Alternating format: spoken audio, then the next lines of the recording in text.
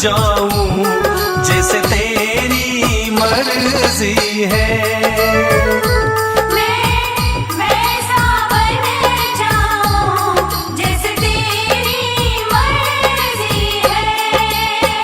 आज मेरे श्याम प्रभु का श्रृंगार इतना मनमोहक है, चांद भी कह रहा है कि तू चांद हमारा है।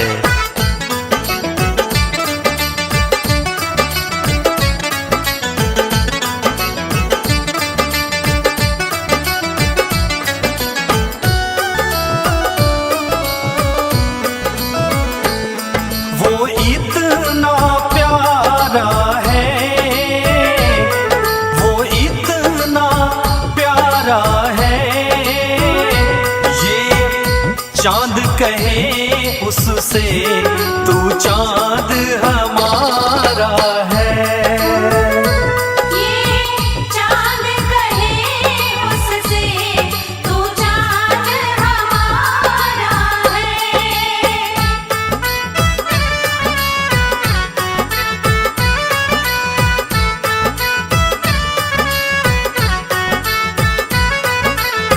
ये तो मेरे श्याम के भक्ति की इश्क रूपी बाजी है ना, जिसको मेरा श्याम तो मानने के लिए हमेशा राजी है।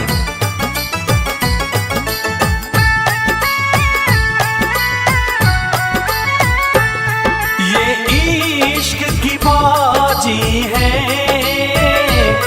ये इश्क की बाजी है, कोई माने ना माने मेरा श्याम तो राजी है। कोई माने ना माने मेरा श्याम तो राजी है।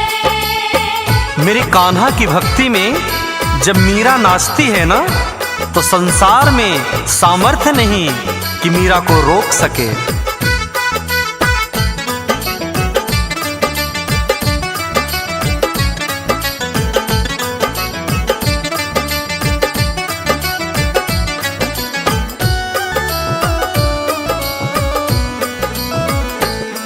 जग रोक न पाएगा, जग रोक न पाएगा, जब मीरा नाचेगी और श्याम नचाएगा।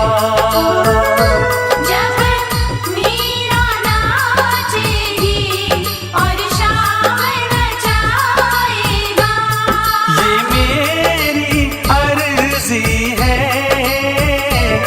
ये मेरी अर्जी है, मैं वैसा बन जाऊं जैसे तेरी मर्जी है। वैसा बन जाऊं जैसे तेरी मर्जी है।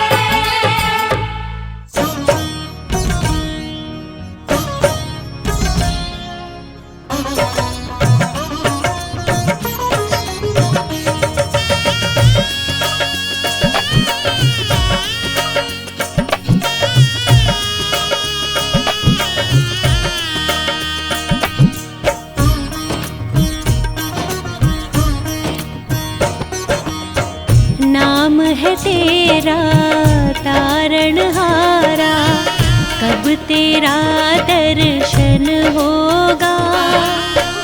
जिनकी प्रतिमा इतनी सुंदर, वो कितना सुंदर होगा, वो कितना सुंदर होगा।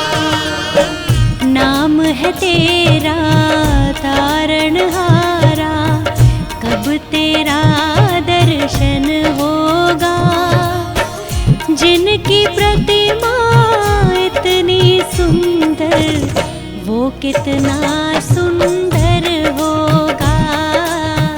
नाम है तेरा तारणहारा।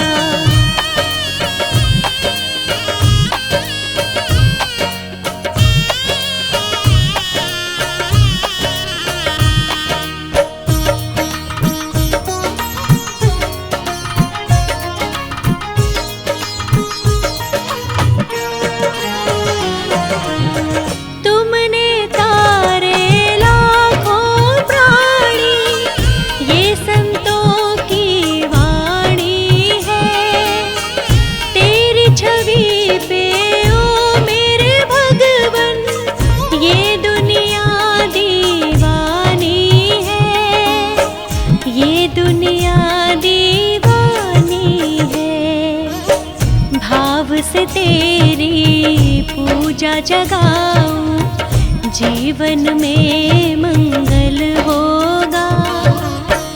जिनकी प्रतिमा इतनी सुंदर, वो कितना सुंदर होगा, वो कितना सुंदर होगा।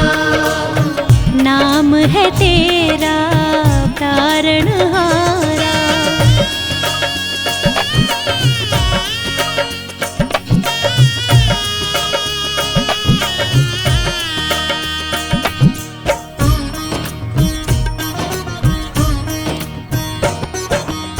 सुरवर मुनिवर जिनके चरणों निस दिन शीश झुकाते हैं, जो गाते हैं प्रभु की महिमा, वो सब कुछ पा जाते हैं, वो सब कुछ पा जाते हैं। अपने कष्ट मिटाने को तेरे चरणों में वंदन होगा। जिनकी प्रतिमा इतनी सुंदर, वो कितना सुंदर होगा, वो कितना सुंदर होगा। नाम है तेरा तारणहारा।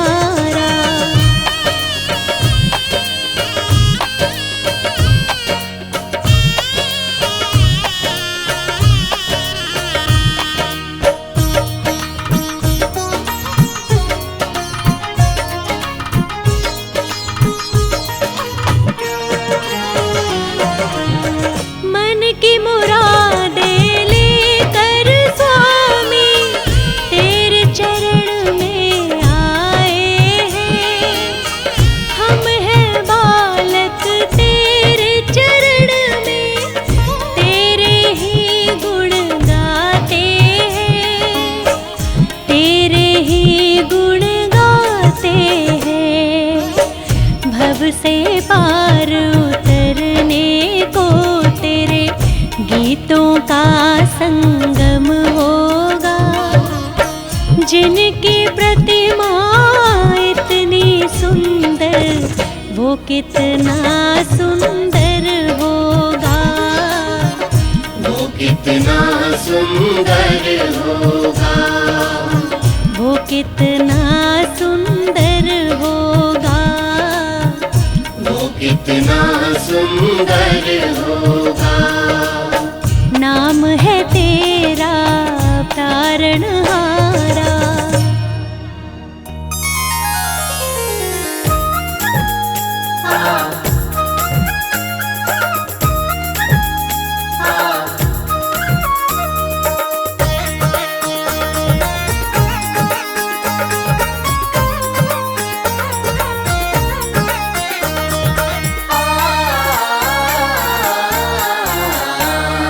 रचा है सृष्टि को जिस प्रभु ने, वही ये सृष्टि चला रहे हैं।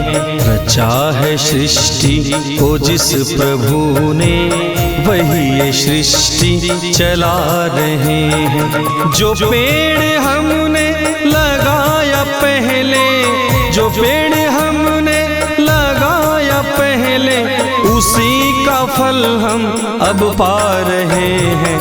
रचा है सृष्टि को जिस प्रभु ने, वही ये सृष्टि चला रहे हैं। रचा है सृष्टि को जिस प्रभु ने, वही ये सृष्टि चला रहे हैं।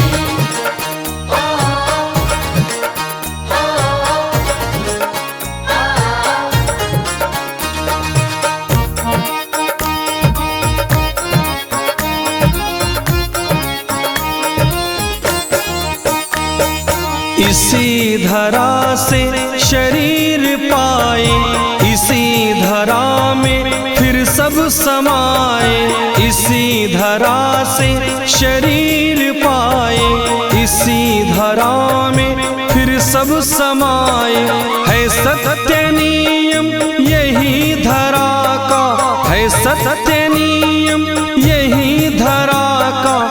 एक आ रहे हैं एक जा रहे हैं। रचा है सृष्टि को जिस प्रभु ने, वही ये सृष्टि चला रहे हैं। रचा है सृष्टि को जिस प्रभु ने, वही ये सृष्टि चला रहे हैं।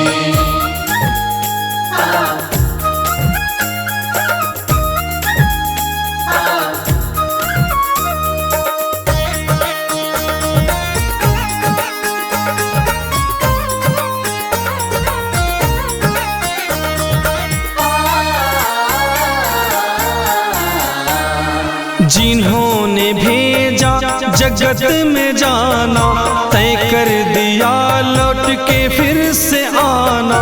जिन्होंने भेजा जगत में जाना, तय कर दिया लौट के फिर से आना। जो भेजने वाले हैं यहाँ पे, जो भेजने वाले हैं यहाँ पे, वही फिर वापस बुला रहे हैं।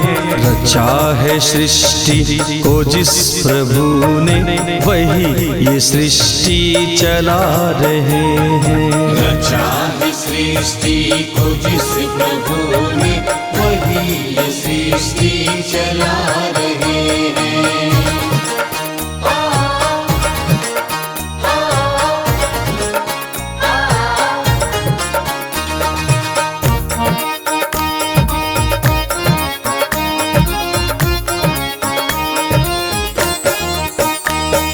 बैठे हैं जो धान की बालियों में, समाये मेहंदी की लालियों में।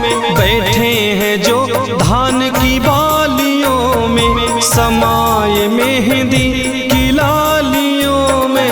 हर डाल हर पत्ते में समाकर, हर डाल हर पत्ते में समाकर, गुल रंग बिरंगे खिला रहे हैं।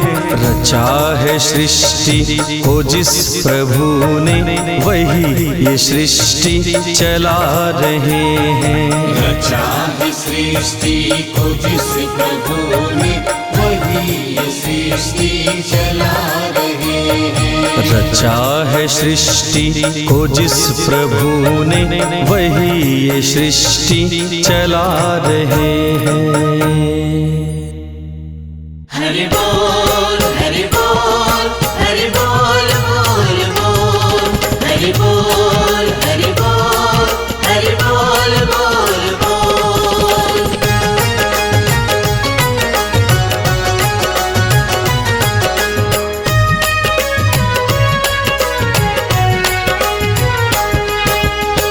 कमल नयन भव सिंधु निवासी, कमल नयन भव सिंधु निवासी। दो दर्शन प्रभु अखियाँ प्यासी, दो दर्शन प्रभु अखियाँ प्यासी। कमल नयन भव सिंधु निवासी। कमल नयन भव सिंधु निवासी।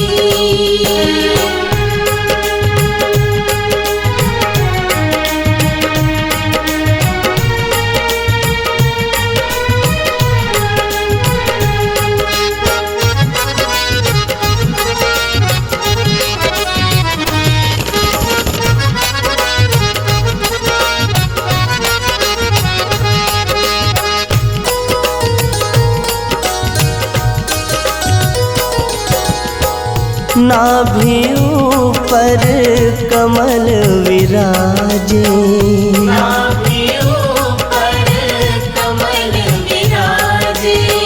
कमल के ऊपर ब्रह्मा साजे, कमल के ऊपर ब्रह्मा साजे। चरणन बैठी लक्ष्मी मैया, शेर बीच है शेष की सैया। हे चक्रधारी हे मृदुभाषी,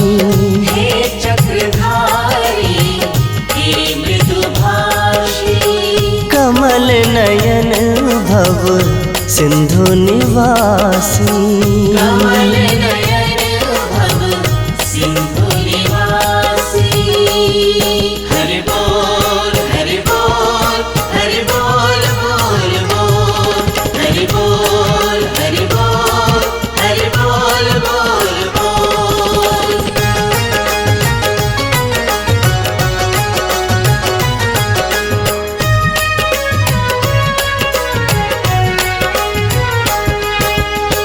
रूप अनूप स्वरूप पुनीता। रूप अनूप स्वरूप पुनीता। कोमल अधर वचन नवनीता। कोमल अधर वचन नवनीता। केश विशेष स्याह घुंघराले, मोहक चितवन नैना काले। जैसे चंद्र की पूर्णमासी। जैसे चंद्र की पूर्णमासी। कमल नयन भव सिंधु निवासी। कमल नयन भव सिंधु निवासी।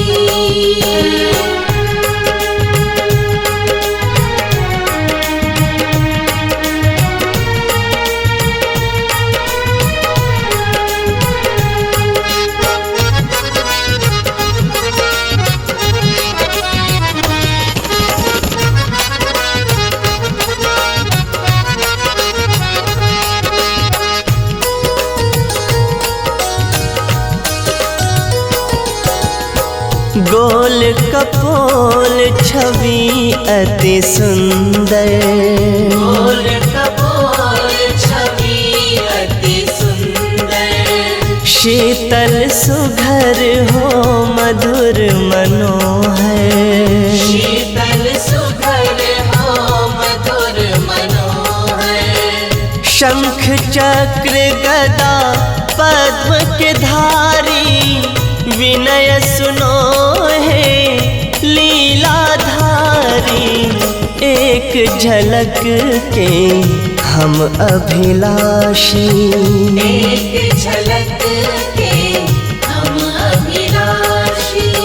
कमल नयन भव सिंधु निवासी। कमल नयन भव सिंधु निवासी। कमल नयन भव सिंधु निवासी।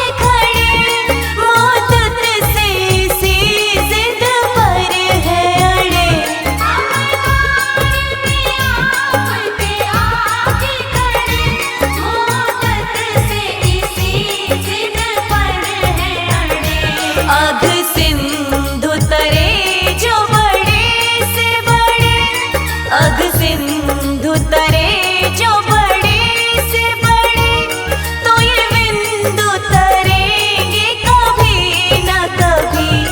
यदि नाथ का नाम दया निधि है, तो दया भी करेंगे कभी न कभी। दुख हारी हरि दुखिया जन की, दुख क्लेश हरेंगे कभी न कभी। यदि नाथ का नाम दया निधि है, तो दया भी करेंगे कभी न कभी। दुख हारी हरि दुखिया जन की, दुख क्लेश हरेंगे कभी न कभी। यदि नाथ का नाम दया निधि है।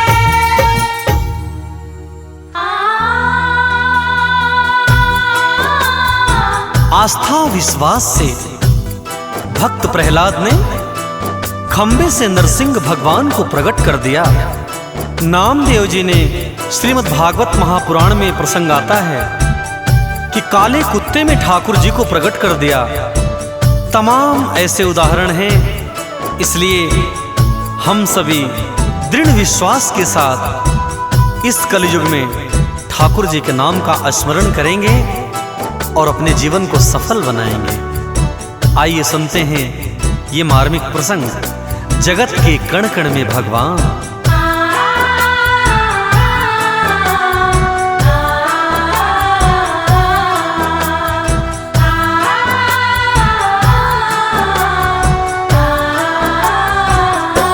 जगत के कण कण में भगवान, जगत के कण कण में भगवान। जगत के कण कण में भगवान, जगत के कण कण में भगवान।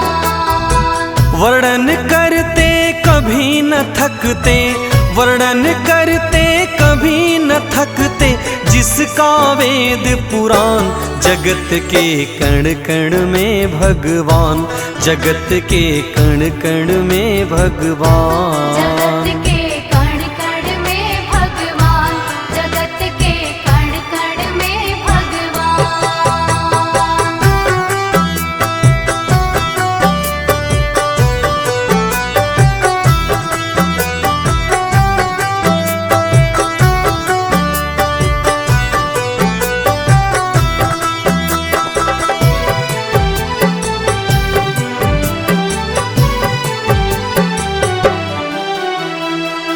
हमारी आस्था और विश्वास हमारे ठाकुर जी के प्रति इस तरह से होना चाहिए कि जैसे कि श्री रामचरितमानस में भगवान मर्यादा पुरुषोत्तम जी ने माता शबरी को नवधा भक्ति का उपदेश दिया है, तो बताया है कि मेरे मंत्रों का जाप भी करो, तो मंत्र जाप दृढ़ मम विश्वासा, पंचम भगति स्ववेद प्रकाशा।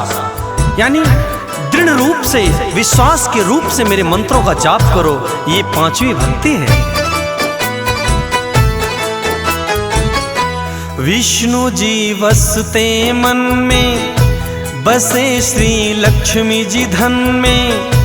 राम जी सबके तन में, जानकी प्रभु कीर्तन में। राम जी सबके तन में, जानकी प्रभु कीर्तन में। विष्णु जी बसते मन में, बसे श्री लक्ष्मी जी धन में। राम जी सबके तन में, जानकी प्रभु कीर्तन में। राम जी सबके तन में, जानकी प्रभु कीर्तन में। जन जन के प्राणों में बसते, जन जन के प्राणों में बसते, पवन पुत्र हनुमान। जगत के कण कण में भगवान, जगत के कण कण में भगवान। जगत के कण कण में भगवान, जगत के कण कण में भगवान।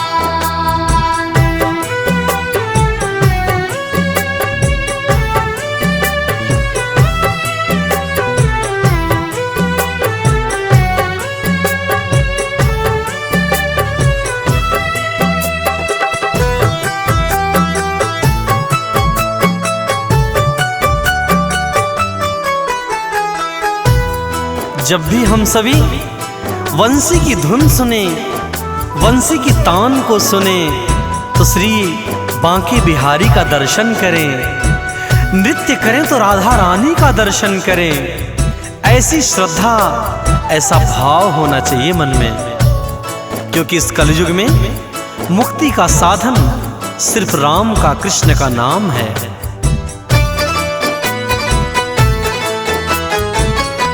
कृष्ण वंशी की धुन में राधिका नाचे उनमें, हिमालय पर शिव बसते पार्वती गंग जमुन में।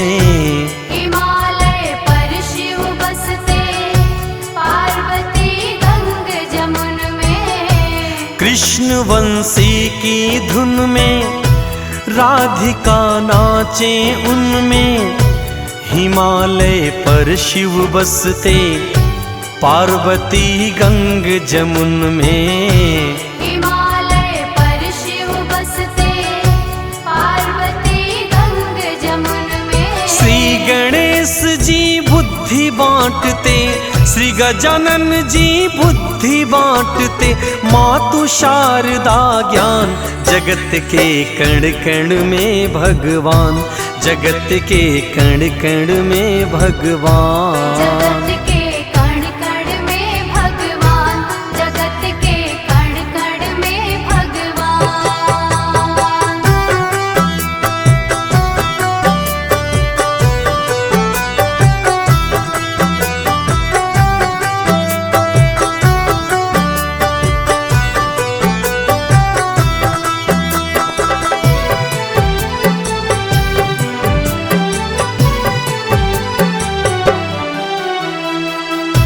अपने सारे कार्यों को ठाकुर जी के ऊपर छोड़ दें, अपनी पूरी जिंदगी की डोर को ठाकुर जी को समर्पण करें, अपना ये तन इस संसार रूपी दुनिया को दे दें, लेकिन अपना मन श्री हरि के चरणों में लगाएं।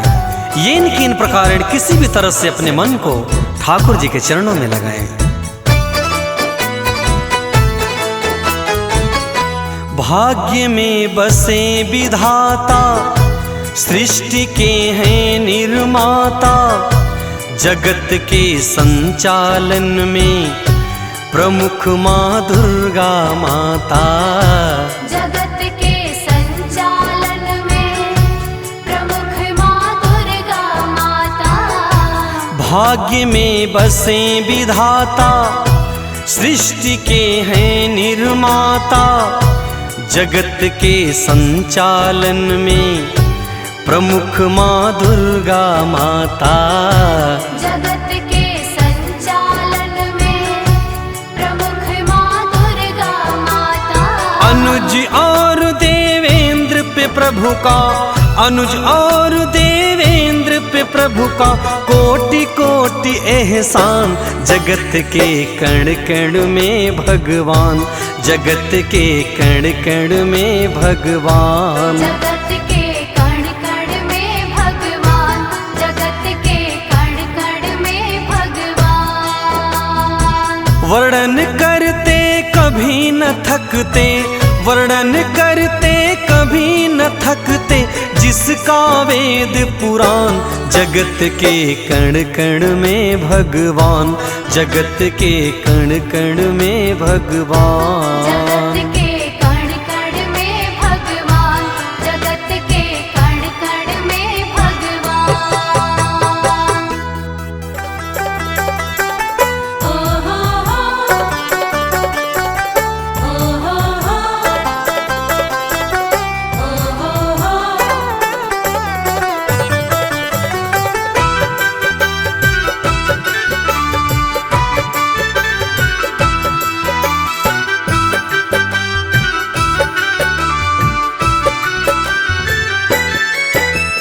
अमृत है हरि नाम जगत में, अमृत है हरि नाम जगत, इसे छोड़ विषय विष पीना क्या, हरि नाम नहीं तो जीना क्या, हरि नाम नहीं तो जीना क्या। हरि नाम नहीं तो जीना क्या, हरि नाम नहीं तो जीना क्या।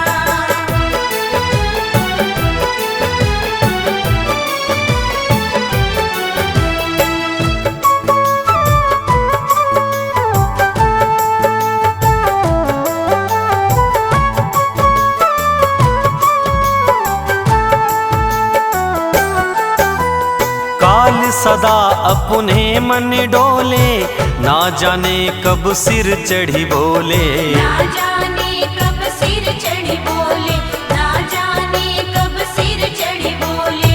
ओ ओ ओ काल सदा अपने मन डोले, ना जाने कब सिर चढ़ी बोले।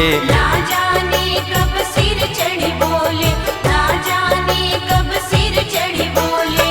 हरि का नाम जपो निशिवासर, हरि का नाम जपो निशिवासर, इसमें बरस महीना क्या, हरि नाम नहीं तो जीना क्या, हरि नाम नहीं तो जीना क्या। हरि नाम नहीं तो जीना क्या, हरि नाम नहीं तो जीना क्या। ओ हो हो, ओ हो हो, ओ हो हो।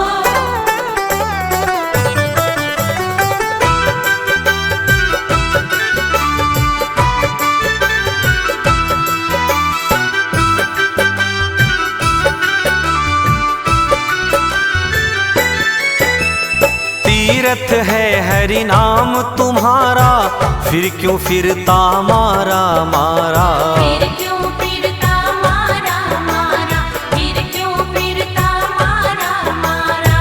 ओ ओ ओ तीरथ है हरि नाम तुम्हारा, फिर क्यों फिरता मारा मारा। फिर क्यों फिरता मारा मारा, फिर क्यों फिरता मारा मारा। अंत समय हरि नाम न आवे, अंत समय हरि नाम न आवे, काशी और मदीना क्या, हरि नाम नहीं तो जीना क्या, हरि नाम नहीं तो जीना क्या। हरि नाम नहीं तो जीना क्या, हरि नाम नहीं तो जीना क्या।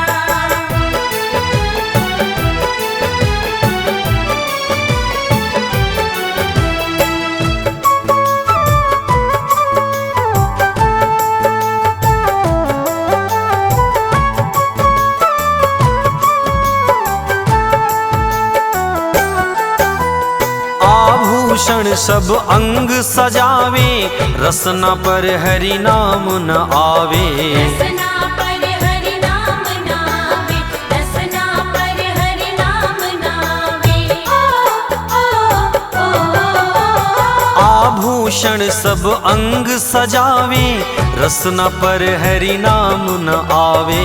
रसना पर हरि नाम नावे, रसना पर हरि नाम नावे।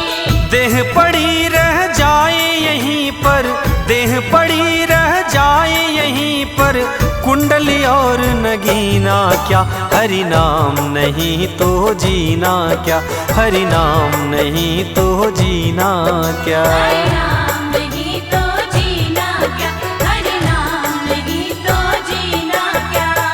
अमृत है हरि नाम जगत में, अमृत है हरि नाम जगत, इसे छोड़ विषय विष पीना क्या, हरि नाम नहीं तो जीना क्या, हरि नाम नहीं तो जीना क्या। हरि नाम